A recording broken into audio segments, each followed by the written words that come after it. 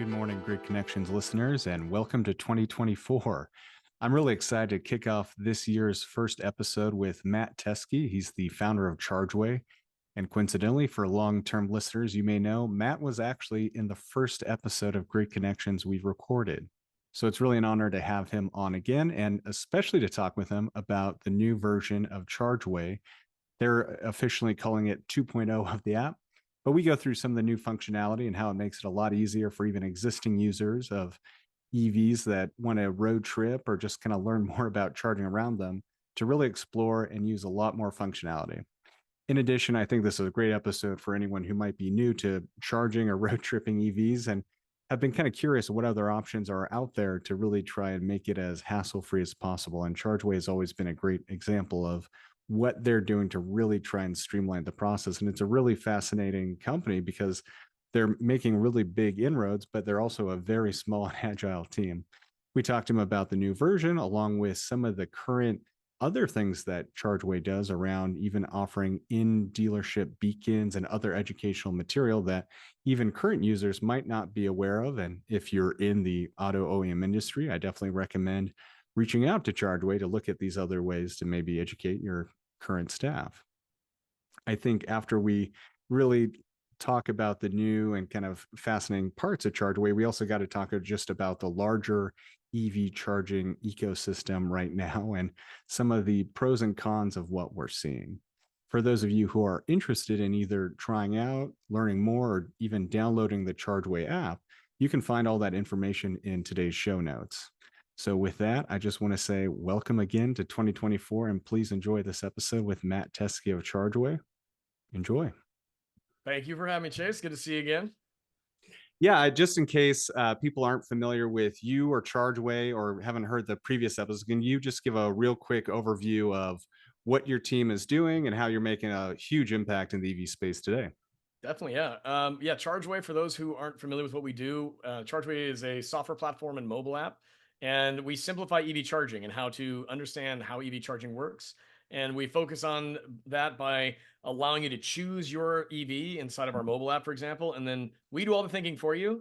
And then our UI is unique, our user interface, in that it uses colors for plug types and simple numbers for power levels, so that when you look at the map, you know that you can go to green stations because your vehicle has a green plug, and then you will know the maximum charge level of your vehicle is, let's say, a level 6, and then you'll see 5s and 6s and 7s on the map. You can use all those. You can use the 7, but you'd max out at 6 because of your car. It's a way to just super simplify how to understand how charging works by sake of can you connect, and then how long will your charge take. So we initially introduced the idea about 6 years ago now. It was originally when I walked around with a laptop at a conference and said, here's an idea. And it turned into a software platform and mobile app. And just recently, we launched version 2.0 of our software for the mobile app. And huge response. It's been great because it's not only a station finder, it's also a trip planner. And it's got a lot of other features that I'm sure we can dive into. But our goal and mission is to just take all that engineering that is difficult to navigate with EV charging Exactly. and do a lot of thinking for folks. That's really what we want to accomplish. So. Yeah, and I think what's so great about your approach in the platform is I think a lot of people listening, they're going to know the difference between a kilowatt hour, the difference between a LFP and a NMC battery chemistry, all these different things that I know our listeners kind of nerd out and really enjoying what we like. But at the end of the day, it's as much as we like to think that the world revolves around us, we're a small group of the small section that is the automotive industry, and for most people it's just one part of that they don't even think about of their daily lives. And that's what I love about what you're doing and what you're so passionate about, is to really simplify this. I've kind of even jokingly said, I don't know if I ever told you this, but I've kind of jokingly said it's like it's the grandma EV app. Like you just Sure. it's so simple where you can give it to it makes there's a lot of people that love EVs because of all the technology, but I do know quite a few people that kind of like the simple traditional car because right or wrong, through maybe bad marketing or just lack of exposure from other companies, it's kind of made EVs seem like, okay, I'm buying a new appliance or I've got to know all Oh these yeah. things.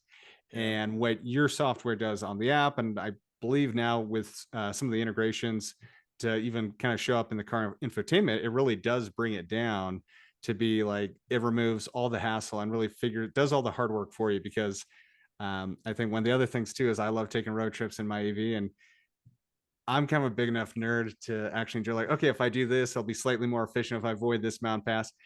And there is kind of, I've talked to a few other people in the automotive industry. Actually, John McElroy from Autoline out of Detroit even said this. He's like, one of the things that I find intriguing about EVs is it's kind of like the Western frontier. It's like you're actually having to figure out all this stuff now that we've kind of taken for granted for the last 50 years. Yeah. And he's right, but it shouldn't be that way for everyone if you want to see people actually be able to have an EV as their only car. So Yeah. I think it's really exciting to have you on. And a big part of the kind of the reason you're on today is with the second version launch of Chargeway that recently happened. So I think it would be great just to kind of, as you've already kind of said the history, just kind of announce some of these big changes and what's really kicked off 2.0 of Chargeway, Matt. Yeah, well, the focus out of building the new version of the app and the software was really, it was born out of learning and talking to drivers as well as utilities, auto dealers, other stakeholders about what do they need and how do we have a collective conversation that can be an easy conversation for everybody. And so what we wanted to focus on with version 2.0 of the app was how do we take features that people enjoy about what we did in the first version of the app, but make it even all the more so integrated and automated. And as an example, we often talk about, how can we educate people on power, and we see, tactics all the time of, let's call this hyper, let's call this ultra, let's call this Yeah. super, let's call this rapid, let's whatever. And it doesn't help anybody understand it. It's marketing, right?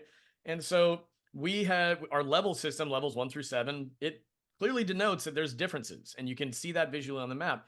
But we took it a step further. In the original app, we had a charge time estimator. You could choose a power level, set your battery level, and get an estimated charge time based on the power level and based on what your car can do.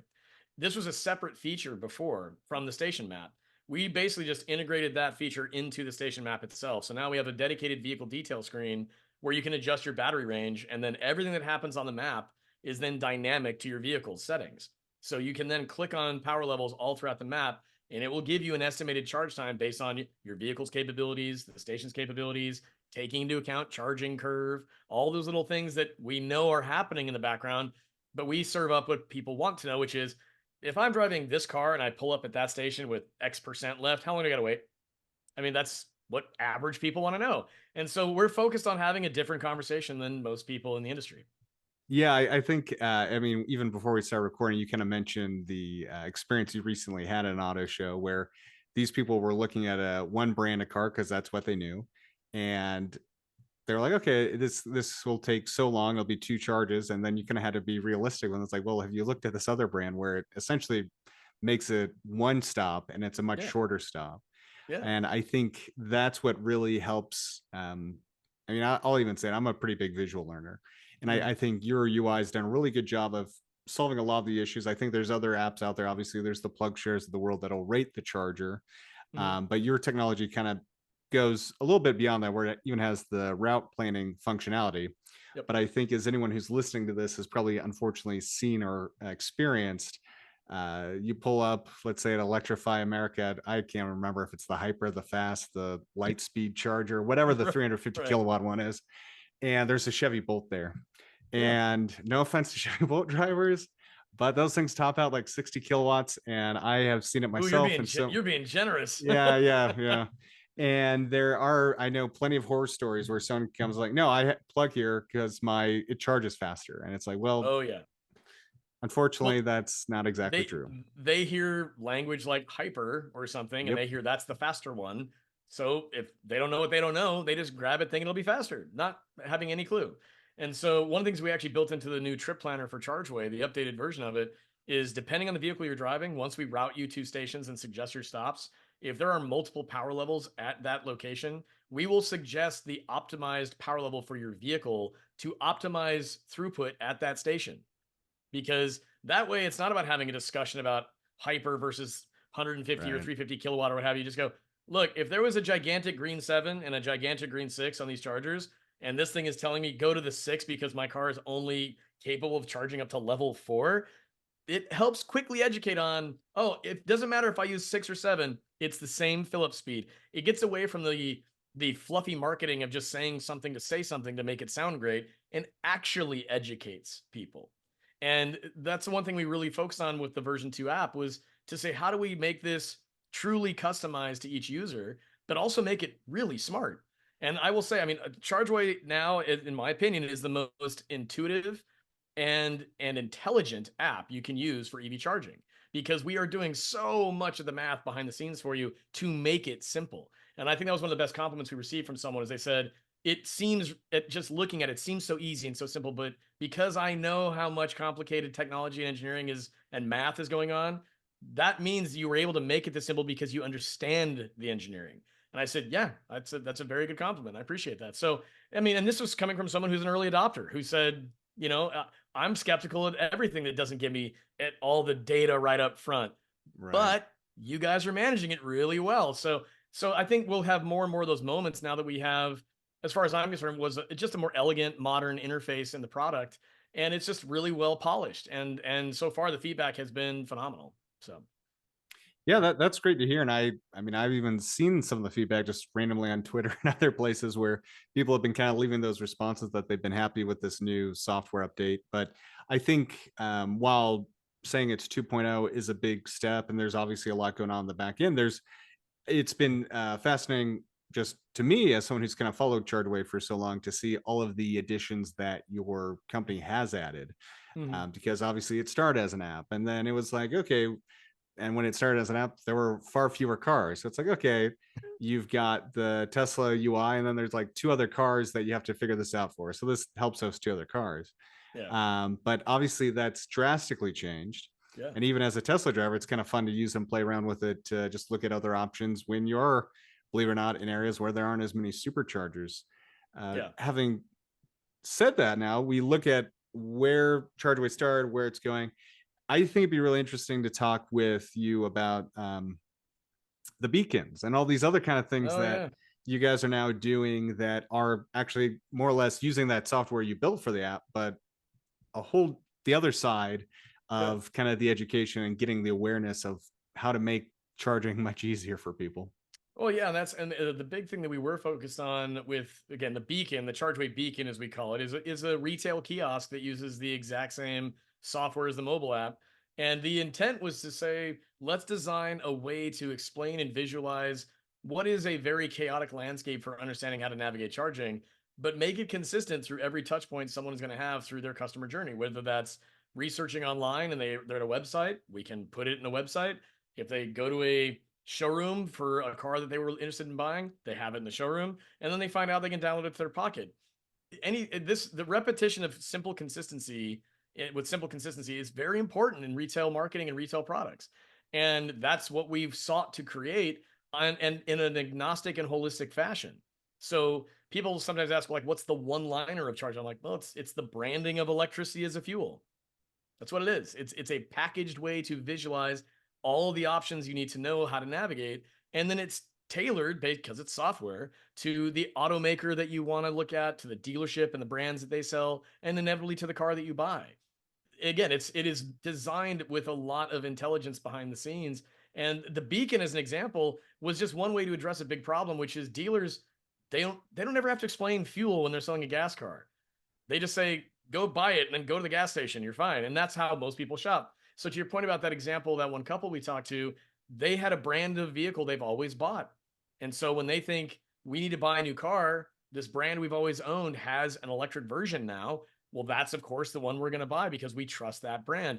They're not thinking, even as a consumer, I have to shop thinking about energy efficiency of the battery pack based on the range. What is the charging capability? And some of this stuff will even out over time, but it's not going to happen overnight. And to quote Gabe Klein from the Joint Office for DOT and DOE, he said on a podcast that they did internally, he said adapters are going to be a part of EV ownership for the foreseeable future. And so this element of, you have to know you can connect to fill up, and then once you've connected, how long do you have to wait? These are fundamental questions that average people need answered quickly. Whereas early adopters, they'll dig all the way down in the weeds and Right. find the answers like you or me might. But yeah, at face value, if we want to grow the EV market and make people feel happy and comfortable, we have to think different about how we communicate. And the beacon at the dealers is just one way to help solve that problem in the journey someone will be on.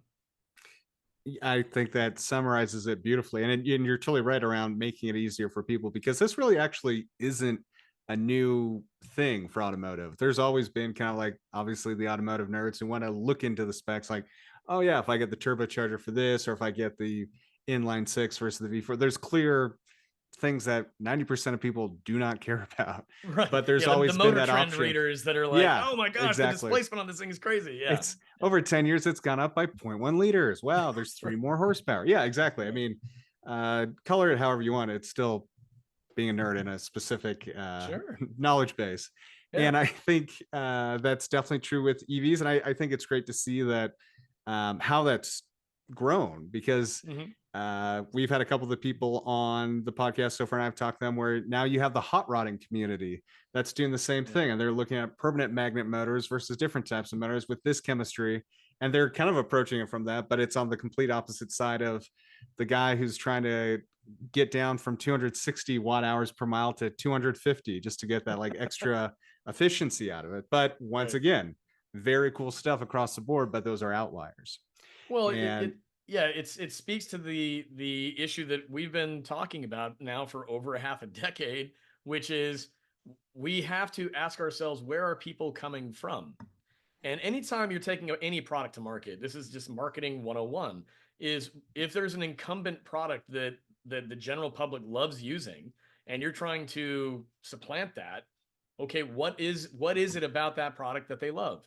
And the argument that many people use about, oh, if you buy an EV, you don't have to go to that stinky gas station anymore. My response is most people couldn't care less. I mean, if they are buying gas, the biggest concern they always have is the price. But the idea that a gas station is so stinky that they would never want to go there ever again, there are certainly people that will say that. But is it the vast majority of the populace? No, because if that were true, gas cars wouldn't be very successful. But people are willing to deal with that, to say, I'll go fill up and it takes me 5 to 10 minutes and it costs me $50 or 60, 80, who knows, $100. But they're willing to pay for that convenience of the other product that they need, which is their mode of transportation. So right. gas is just a built-in necessity that they think they have to have. How many times have we heard when people say, "Oh, it's a pure electric car," and they say, "Yeah, but where's the gas go?" And because they equate I price to even heard that a month ago gasoline. about a Tesla, and they're like, Yeah, wait, what makes them special? They're just hybrids. And I was like, I thought they were not ex- joking, but I mean, yeah, no. it's exactly true. It's still a thing.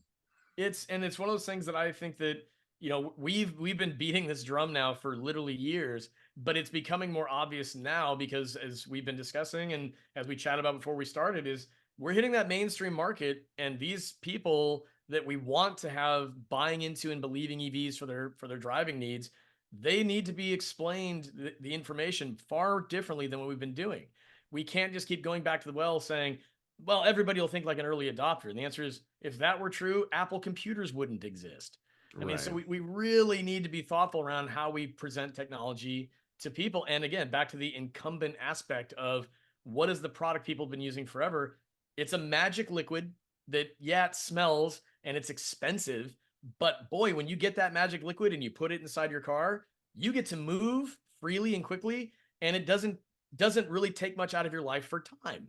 And so that's important. And knowing how, if that's the competitive landscape of how you need to communicate how your fuel works, you better be bringing more to the table than, well, this is a J1772 Yeah. 7.2 AC kilowatt connector that can charge you up in about 8 hours time. And then your only way to make that sound better is saying something ridiculous like, I tell people it takes me 10 seconds to charge. And every time I hear that, I say, please never say that again. Because I could say the same thing about pumping gas, because all you're Right. talking about is connecting to your fuel source. And I get you're being creative and kind of cute around, well, then I just go in my house and I go on with my life. Perfectly fine, but that's not what an average person that knows nothing needs to hear. They will actually want to know, how long does it take to fill up? And then when you break the news of, well, that's at my house and it takes, if I need a full Yeah. charge, about 8 hours, it immediately sounds terrible. And then you're trying to regain their trust again by saying, oh, no, no, no, but then if you find a DC fast charger, it only takes maybe 15 to 20 minutes. And they go, great. But then when they realize that that's at the right fast charger with the Right. right car, I mean, you see this game is we have to be much more thoughtful about how we communicate this, because people are going to just start calling BS, frankly, on the EV industry. And I, for one, can't blame them. And that's what we've been working very hard to try to resolve. So, Totally. And I think it is just kind of a confusing juggling of, as you even said, the J1772 versus the North American Charging Stand, CCS1, CCS2. It all seems to be kind of going more towards a single, or depending on the market, a unit. But even then, that's still years away from, and we're not even sure if that's going to happen. Yeah. It looks like it will, but as we've People said seen that about before, CCS a year ago. they So, said that about Chatamo too. That's like that's the future. but let's be fair. Tesla's plug type, which is now the NACS, NACS, J3400 if you're talking SAE. Yeah, It is without doubt the best design. It is elegant, it's simple, it's lightweight, it's identical to what you'd use at home and away from home. So the user experience of that is very elegant, and that's credit to them. And it only took automakers that aren't named Tesla years to realize, oh yeah, the fueling experience is a fundamental part of this ownership of an EV. And so, credit to Jim Farley when he said, you know what, hey, we're making a pivot, and then everybody else that kind of came on after the fact, it's like, well, I mean, not everybody's here yet. I mean, still some right, outliers, like Volkswagen Group is still kind of saying no. And fairness, they've got billions invested into a charging network that right, doesn't have NACS on it. But these are things that, even to your point, even if we waved a magic wand tomorrow, and if everything became, the Tesla connector, the NACS connector, or the red connector in Chargeway overnight, we'd still have to contend with power. We right. still have that gamemanship of that conversation we just had about it takes me 10 seconds. Oopsie, I meant 8 hours and kind of thing. So it's not like it's the silver bullet solution, but it certainly is a good step forward, in my opinion, for making people enjoy the experience more, for sure. So, Well, and it goes back to exactly what we were saying earlier about these other, the two brands that these other people were looking at, mhm. because at that there's that in that comparison they're talking about the same charge port, but the battery side of it completely changes what that dynamic is, and Oh, the yeah. charging ability for how often and how long they have to stop to charge there. Yep. With with the work you've kind of done there, with some of the integrations you've done with the, because I'd be kind of curious to hear your experience while Chargeway has kind of evolved with, because I believe it's compatible with CarPlay and Android Auto, or just CarPlay, or Currently CarPlay and Android gotcha. Auto. We've been focused on trying to get that out to market. Version 2 and the redesign basically got bumped up the list on getting that done.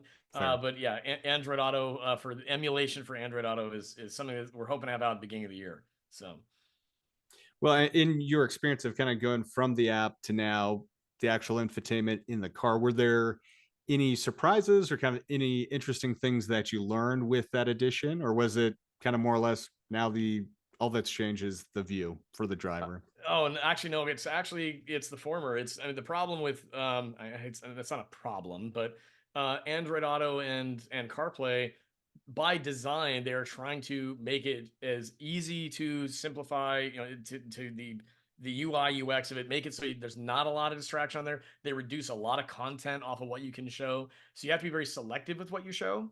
But it can start to really chip away at the value of what the software is doing in some ways. And there's also just some limitations around what the software can do in iOS and Android when you're emulating inside the car. Certain treatments they do to mapping, for example. Mm, We have our own UI for how we identify pins and charges on the map with color and number for plug type and power.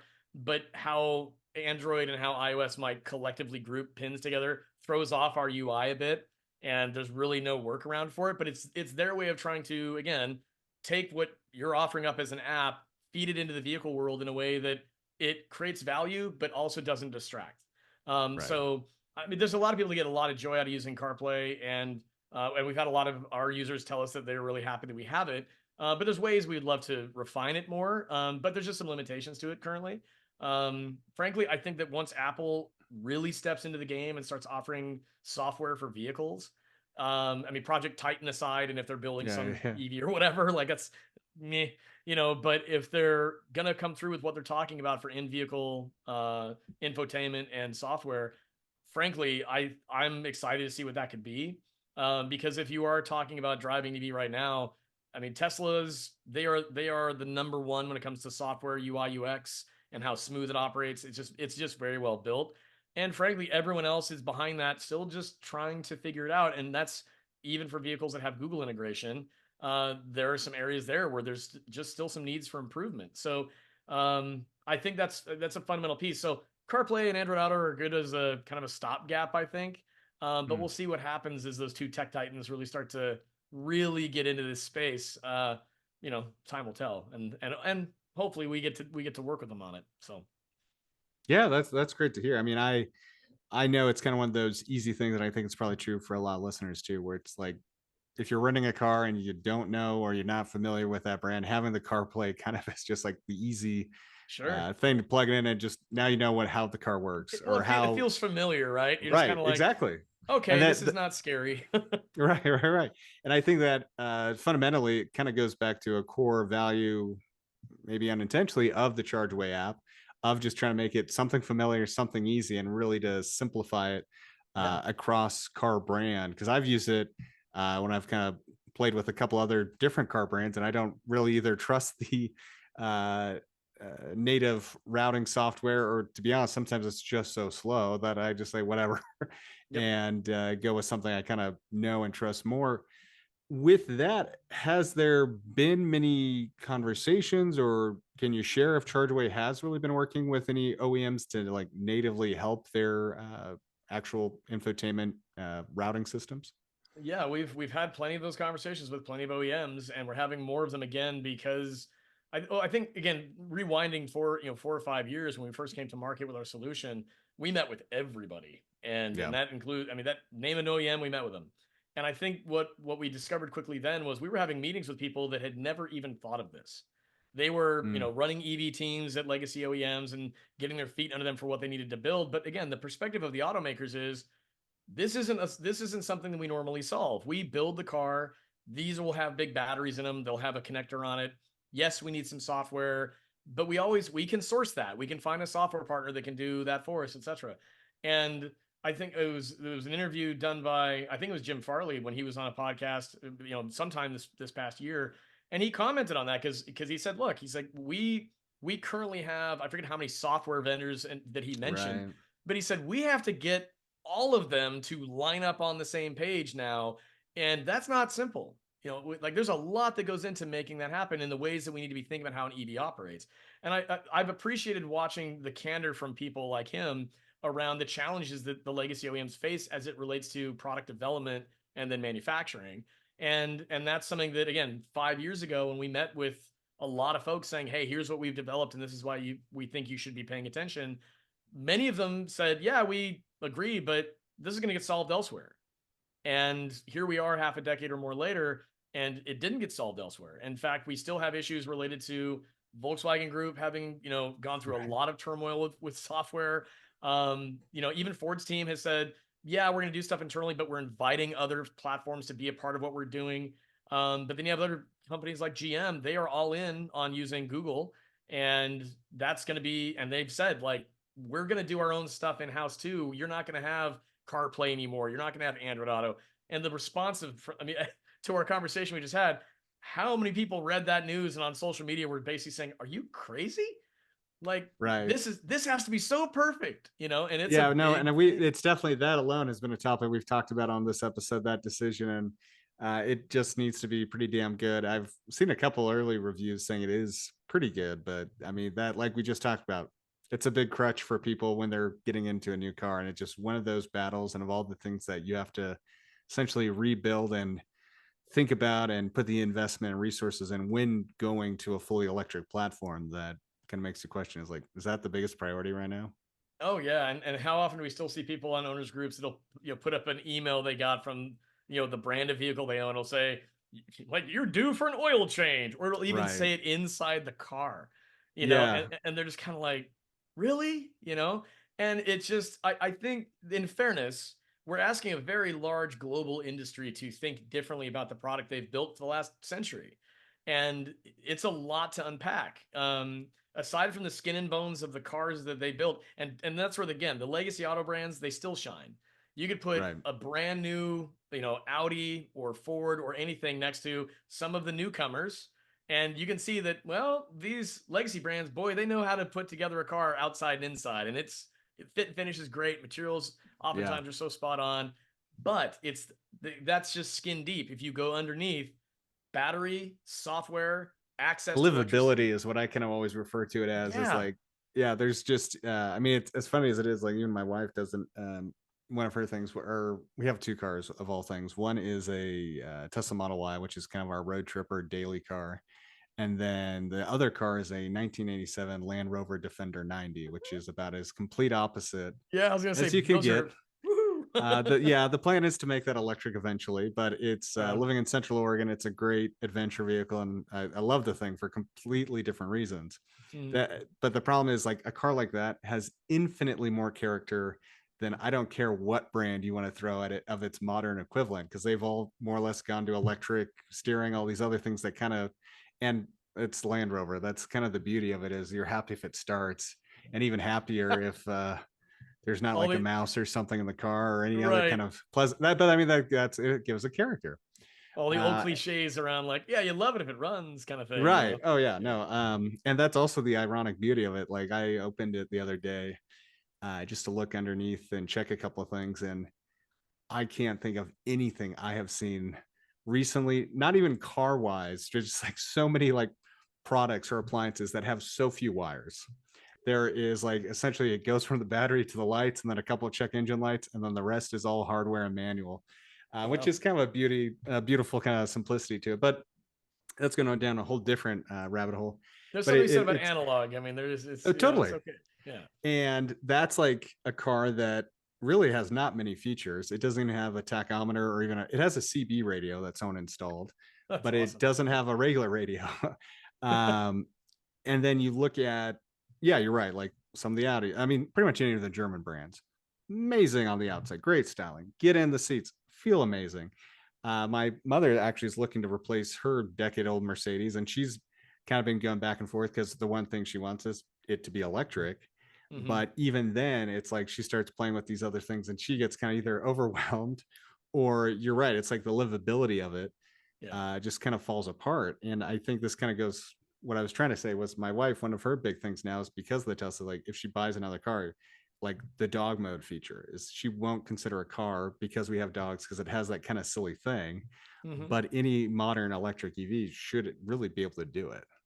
Oh, And it's like that this is livability thing that you the companies that if you want just a car to get you from point A to point B, and that's what a lot of people say they want, that's sure that's pretty easy. But when you yeah. start kind of like talking to people about how they use the car or what's really important to them, that's when you start there's that kind of idea of like, oh, just because this car company can build something that has better panel gaps or something else like that, it Mhm. really falls apart in why some of these startups have kind of transcended from being startups and are now very large successful new automotive companies.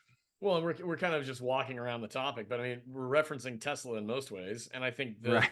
you know, and Rivian as an example, there's a lot of people that came out of the Tesla, you know, alumni group that joined companies like Rivian that have taken a lot of learnings out of some of the, you know, cutting their teeth Good at artists Tesla. copy great artists steal kind of thing, which Yeah, is right. fine and it works Yeah. for them. Yeah. Well, even the little stuff like you got dog mode inside the Tesla, and you got like the little Sasquatch dude inside of Rivian. You Yeah. know, I mean, Yeah. and Yeah. but those little things that add a level of comfort and some just like cuteness is not everybody wants to. We've seen movies about the future where it's like these heads Right. up displays and screens that have just charts and numbers and lines and graphs, and for some reason everybody on the ship knows how to use it. And I'm looking Exactly. at it going, I gotta be honest, I don't think that's like That how seems like a step people back. well, it's Yeah. just Yeah. like, Yeah. yeah, I think most people are gonna be like, do you guys have a button that says Right. easy on it? Because back in like forever ago, there's a company called Staples that did that, and I loved it. I mean, and it's Right. a gag, but that's how people think. And I think that the in-vehicle experience, I mean, I've driven plenty of other EVs aside. I mean, my wife and I, she has a Model Y, I have a Model 3. But prior to that, we had a Bolt, we had both generations of Chevy Volt, we had a Spark EV, and I've driven plenty of other vehicles. And I have to say, there is something to the minimalism approach that Tesla has used. Now, on one hand, it's great for manufacturing because it's like 75 less buttons. For It's sure. just For it's like sure.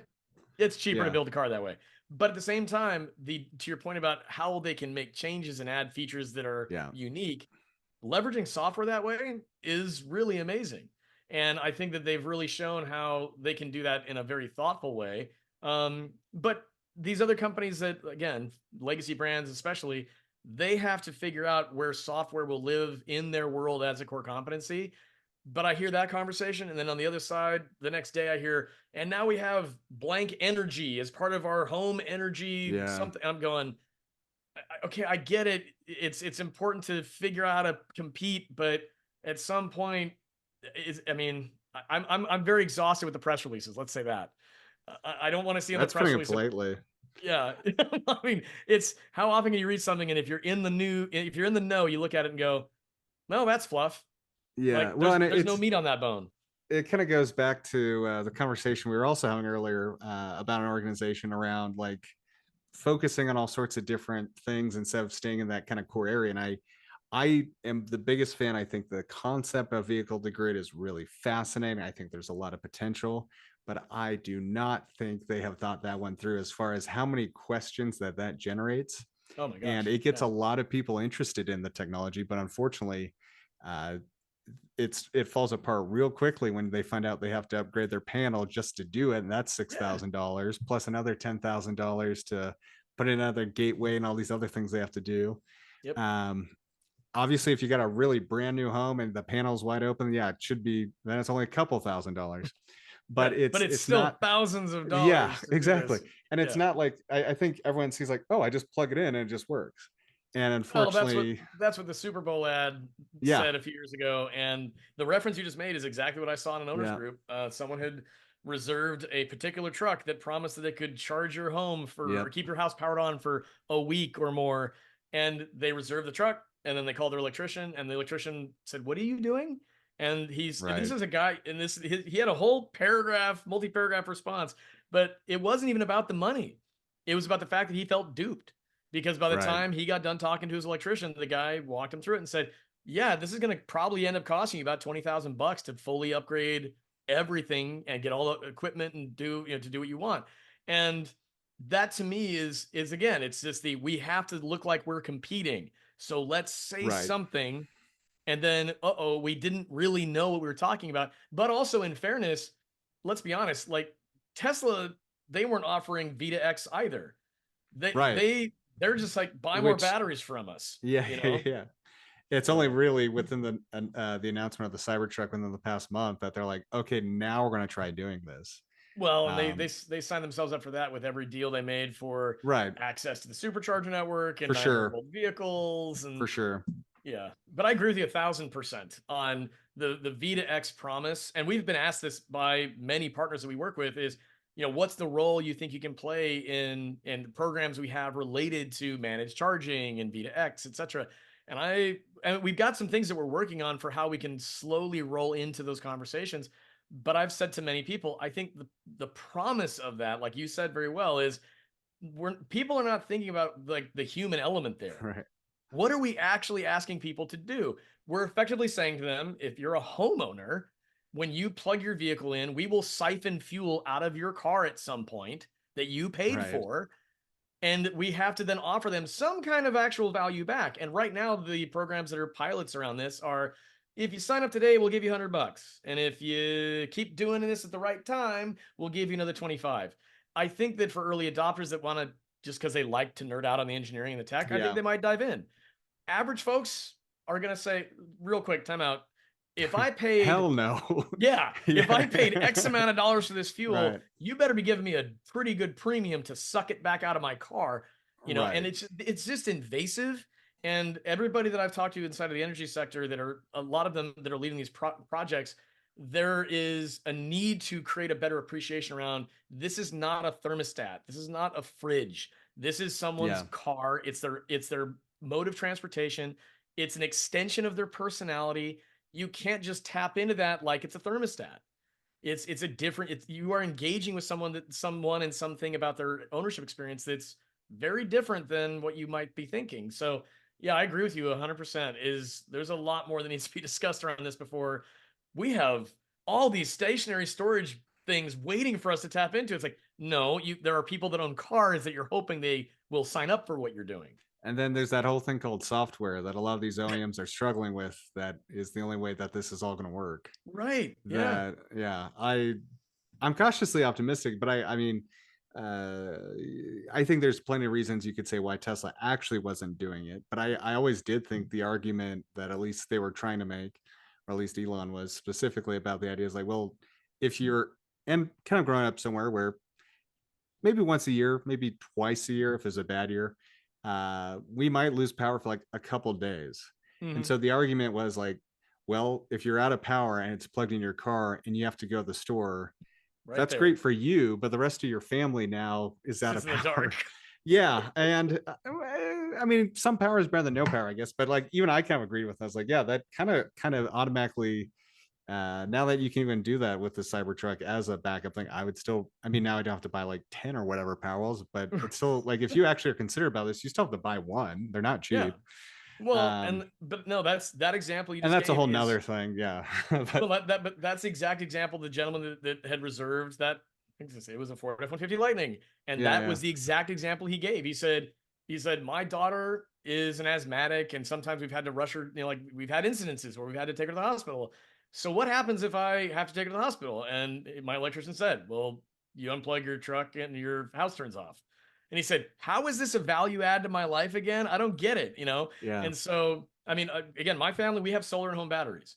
And we have seen the benefit from that even here in Oregon, where we're not right, exactly a solar haven, but right, it really works well. And we don't have to think about if I could augment what I've done with my home batteries by going further with my car, I would totally say, yeah, that's a cool added feature. I'd be down for right, that. But right. having it be like the binary of it's either this or that, I think, giving consumers some flexibility on that is going to be important in the long run because I don't think people are just going to say, I've plugged in my EV and if you want to suck power out of it, hey, have at it. I just don't see how people are going to sign up for that immediately. I just don't. So, Yeah, and I think this is true about a lot of different things when it comes to EVs right now. But I've especially thought this about the whole V to G thing. This maybe can be the last thing we say about it. But it reminds me of kind of like Windows versus Mac in the 90s. And you obviously would see like those comparison charts, usually by some company that had a Windows computer they were selling about where it was different in a functionality and feature thing. And visually that looks good, but it's not like practical for what people are using.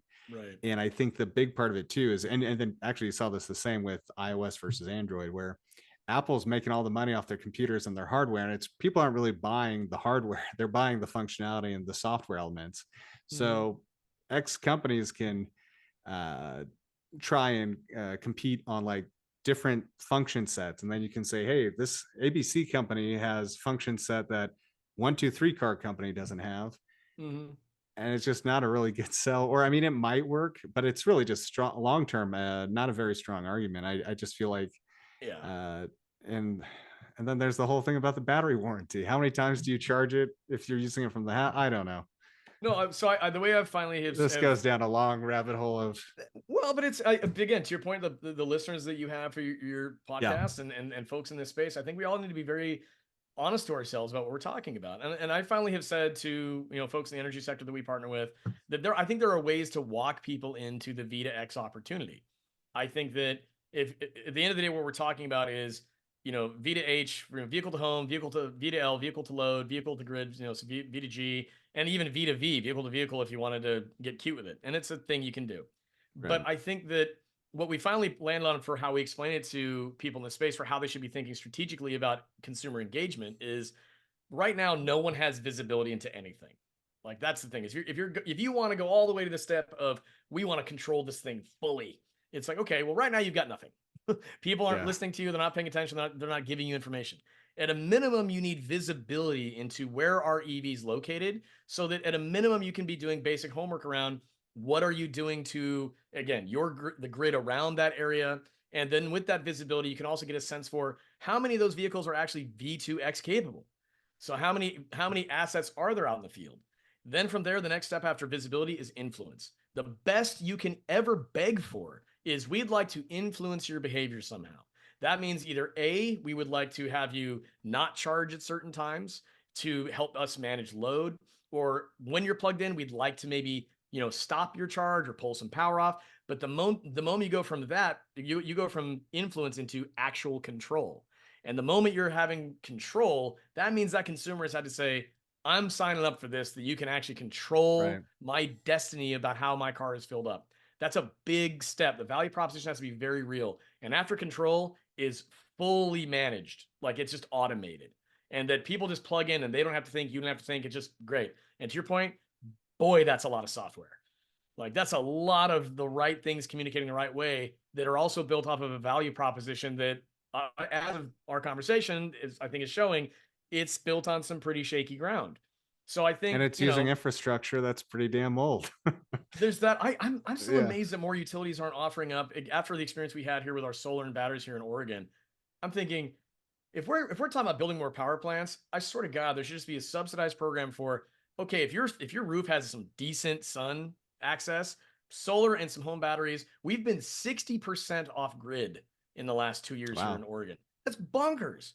Yeah. That's crazy. And it's like, why are we building more power plants? We could be offsetting so much of this load with like, hey, you have just solar and some home batteries and you're good to go. But then it turns into, well, what if we just use their car? And I'm just over there going, oh Yeah. no, But no. I think there's already been so many cool I mean, yeah, this is actually what I think is way more fascinating is virtual power plants.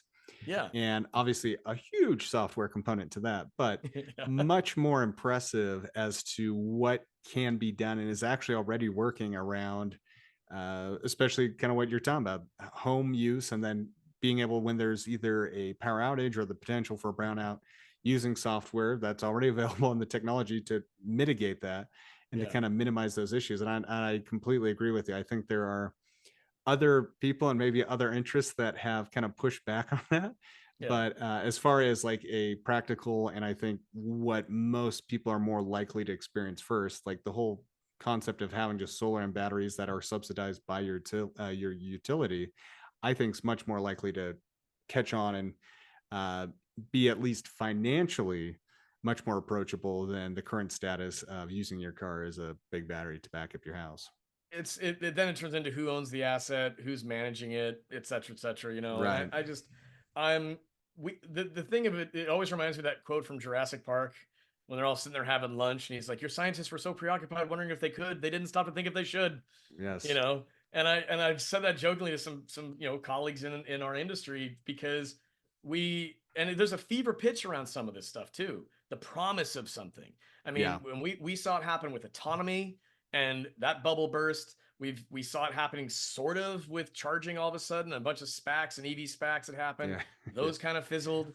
Now we're having this, well, what if the energy is controlled this certain way? And I just look at all these things, I'm thinking, okay, brass tacks, what is it we need people to engage with us on, and how do we need to help them have and lead a quality life?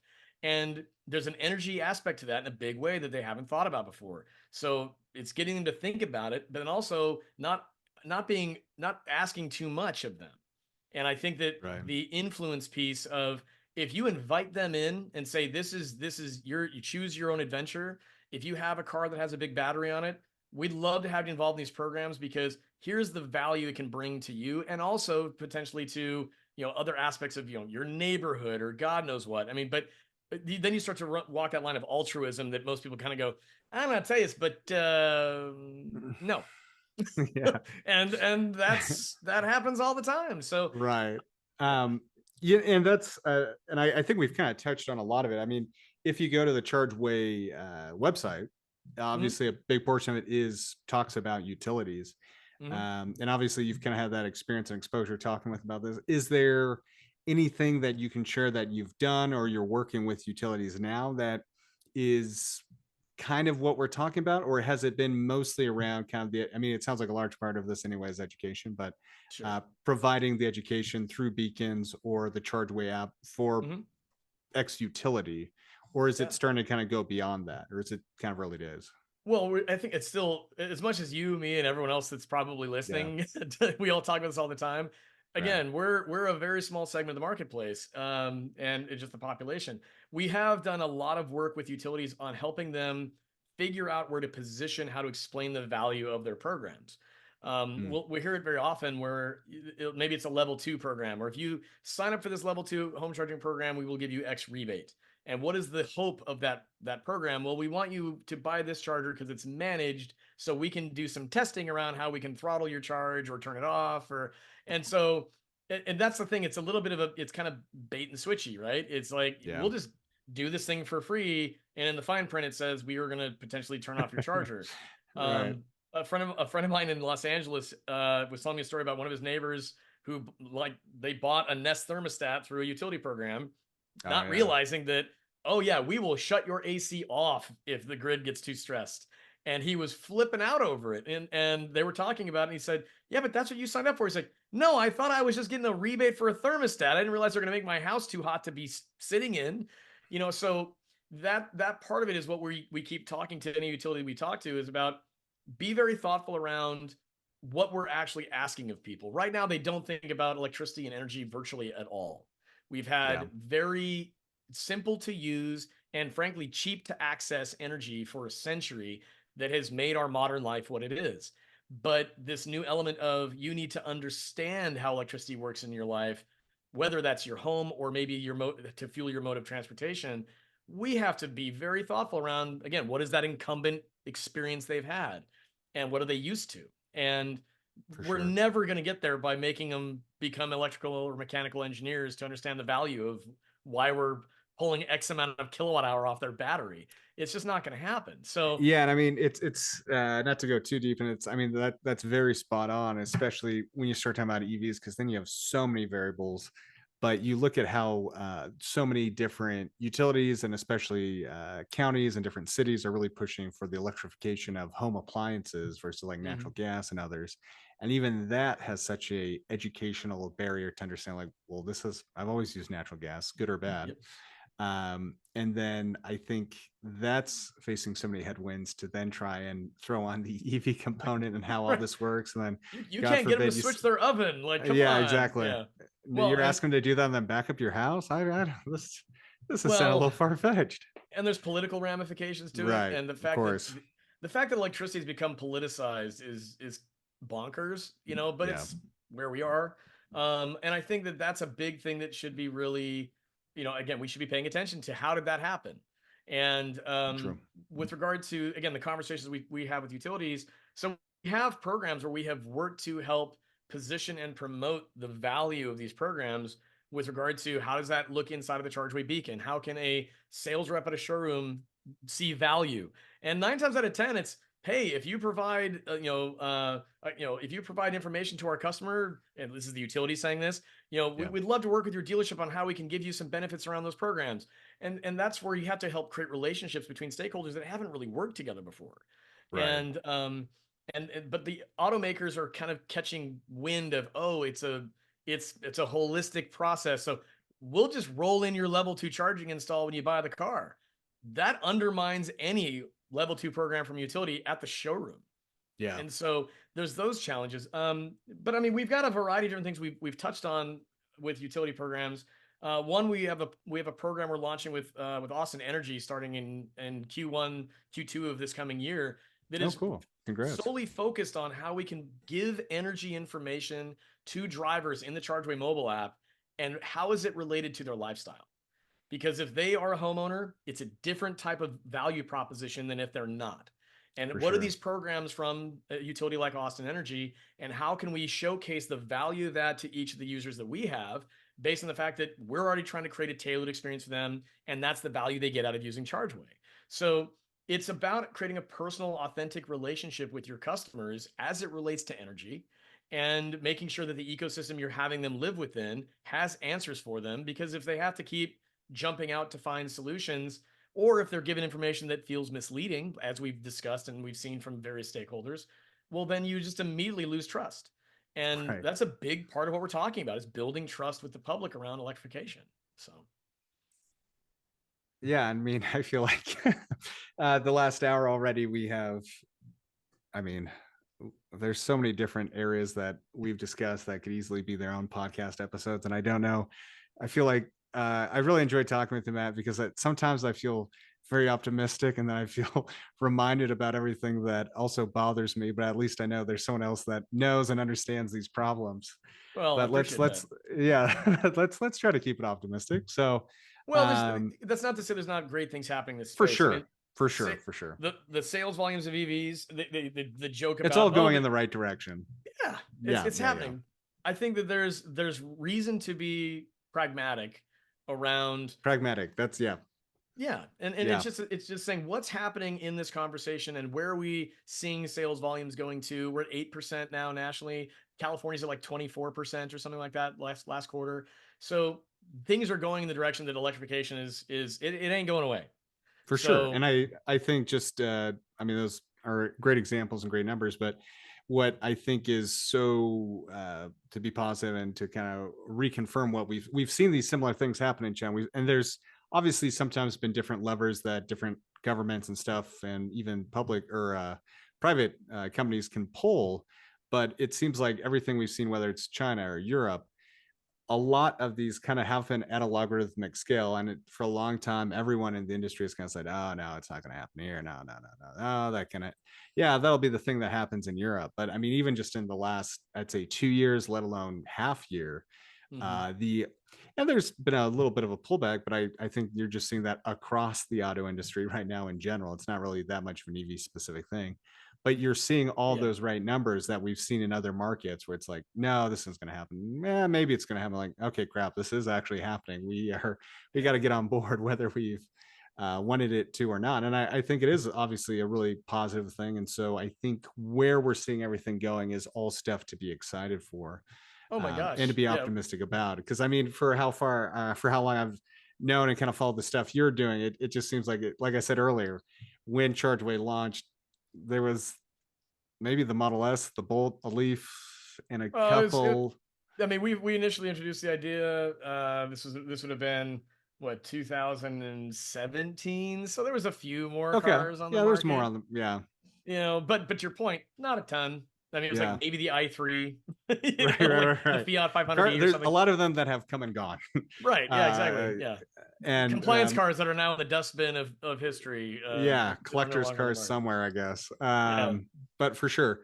But I think I also want to be respectful of your time because I realize we're kind of coming up almost on an hour here. We've talked about kind of where the apps come, where it's going, the things that we're excited about. Can you share just a few things that, if you haven't already, about since you started Chargeway, things that have kind of surprised you or you weren't expecting kind of see with uh, where you had started and where you might see either the pull from the market or just kind of the feedback from users of the app. I think one of the things that surprised me over the last 5 years is I frankly anticipated that the third-party charging networks would have a better understanding of the role that they were going to play in the ownership experience. And they would be concerned about their brands looking like they don't care about the driving and fueling experience. Hmm. But over time, it just became more obvious that because of the business models that exist within EV charging and how grants are issued and how revenue Yeah. is made and things like that, it just became so obvious that it was, in some cases, unfortunately, not about the driver. And it was far more so about the opportunity to grow the business and kind of pass the buck over Right. to whoever was buying your services to say, now it's your problem to make sure that the charger is okay and that drivers are satisfied. But at face value, the way that those programs were being sold, whether it was to a policymaker, a city, a municipality, or even a small business, it always was with the promise of, no, our chargers are on all the time and it's on Yeah. our app and you're on our network now and it's going to be so great for you. And I think that in the long term, like in the last 5 years especially, we've seen the damage it's done. We've seen the articles all the time about people saying you can't rely on these things, and it's unfortunate. And I had far more optimism around that for networks, and frankly, Ford and other brands waving the white flag, saying, I do see it as that, a waving of the white flag, saying we're switching to the Tesla connector. We're just gonna basically say we'd love to tap into what you guys got because you take care of it and it works. Um, to me, that sent a very, very loud signal to third-party networks of you either step this up or the valuation of your companies are just going to go. And so they're going to have to do a better job. So I would say that it surprised me how that didn't improve as I thought it would. Um, and Interesting. it's unfortunate. But Yeah. I think within that, what we tried to do within the Chargeway platform was to provide as much transparency as we could to people. So again, in the station finding element of Chargeway, again, if you click on a pin, you can see the details of it. We always had customer support information that you could contact for the network. And we always tried to tell you it's this network that's backing that station. If it was white Yeah. label and had branding from gosh, who knows what all over it, we would still say, if you got a problem, this is who you call. And if you want to leave a review, you can. But if you want to report a problem, you hit one button in the Chargeway app on a station. It auto populates the station information into the body of the email. It sends it directly to the customer support team from that network. All you got to do is add your notes and hit send. So these are ways that we've always been trying to help drivers have a voice in this space. And obviously there's other ways they can go about doing it on social media and others, but that's something that I think has definitely made an impact on Hmm. kind of adding a level of honesty from some players that needed to improve upon things. But yeah, we'll see how that plays out. But I think we've always looked at it and said, if we can showcase where you can go and what your expectation and experience of what your experience will be, then it's on the inside of the companies to live up to that on behalf of the driver. And I think we're going to see that some of those both auto brands and networks are going to survive better than others. And I don't know. I mean, again, there's a lot of EVs on the market now. I mean, you rewind 5 years and we've quintupled how many are on the market. I'd be willing to bet, and we've also quintupled the At amount of least. networks out there. Unfortunately and fortunately, yes, that is true that those have also increased. Going to your point about reliability around those, I think, what is fascinating with going back to that conversation we had earlier about the expectation of brands and what like, oh, I've always bought brand X, so I'm just going to buy brand X's EV. Yep. And there might still be some areas where they excel in, but it's very clear that you're getting new or traditional car, not only just new startups and new players in the space, but especially uh, brands that have kind of been, I think, traditionally viewed as maybe like a lower tier brand, but they've seen electrification as kind of their opportunity to really change that and get a hold of that. And of Oh yeah. course, probably the biggest one people think of are the Kia and Hyundai, where they Yep. were kind of lower cost competitive vehicles that were kind of didn't offer a lot around traditional amenities. And they were already kind of in the process of changing that expectation or impression, and then really just latched onto electrification and have now kind of leapfrogged a lot of others in the space. So I think Oh yeah. it's still very early days between not just the automakers and the startups and then the charging infrastructure, but there's still so much that, I mean, it's crazy how much has changed the last time since the last time we had you on the podcast. So I can't wait, and hopefully it'll be sooner than the Yeah. last kind of time that we get to talk with you soon about some of these changes and what we're seeing in the space. But one kind of final question I'd like to ask people, I think we've also touched on a little bit, but just to kind of get it out there, one question we ask everyone is, in your experience, kind of in your uh, to you, what needs to either be done by government or maybe private? What could be done really between any of these that would have the biggest impact, you think, in moving EV adoption and charging infrastructure forward? That's a big question. I will say I still, and I'm the broken record on it, but now that we're hearing the conversation from dealerships saying, we've got all these cars stacking up on our showroom lots and we're not happy about it and people aren't wanting these things. The moment I saw that 4,000 auto dealers had written a letter to the Biden administration saying we need you to pause on your EV mandates and they are very adamant about this, I immediately just asked the question that I asked, years ago when we launched Chargeway, which is why would anybody go to a dealership to buy a car that runs on electricity as a fuel if they don't know anything about electricity as a fuel? Why would they do that? Right. They don't know what they don't know. And we've seen countless campaigns around EVs are here and let's get more butts and seats. And oh gosh, there's Super Bowl ads that you couldn't miss an EV ad a few years ago, right?